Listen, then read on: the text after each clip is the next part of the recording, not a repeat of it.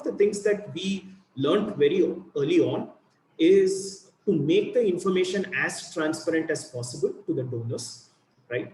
And let them make the decision when it comes to contributing, so to speak. Which means our role as a platform will be focused on two things. Does the patient actually exist, right? Do they actually exist? And does the need actually exist? So these are the two things that we have fundamentally focused on as a platform. Because in a country like India, where you have, even for tertiary care, you have a range of institutions providing it, right? From government hospitals to charity/trust hospitals to private hospitals, etc. One of the things that we realized very early on is not to become a sort of a big brother in terms of, saying that this is essentially what the cost would be and this is not.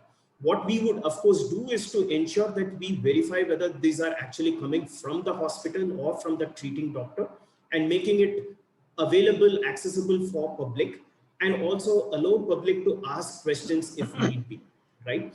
And that transparency, I mean, we've facilitated crowdfunding for over close to 80,000 patients thus far over the last 6 years. We've mobilized around 600 crores of crowdfunded capital for these needs. And we've realized that the donors understand that the cost of treatment varies from one hospital to another. Of course, you will also see the wisdom of crowd playing out when it crosses a certain threshold. Because if many donors come back to asking it, and the way they essentially say that this is not something that they want to fund, is to actually not put their dollar to that need, go ahead and fund it.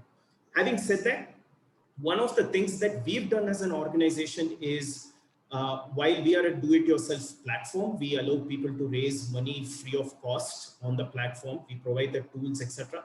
We also realize that there are patients who come from, financially disadvantaged backgrounds, who may not have digital literacy, so to speak.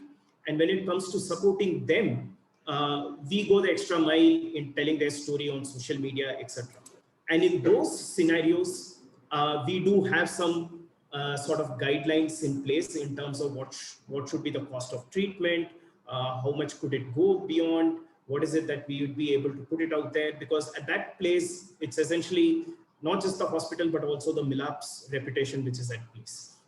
So that's one. So we do that for probably 7 to 10% of the patients, but 90% of the time we let both the patients as well as the donors make an informed decision.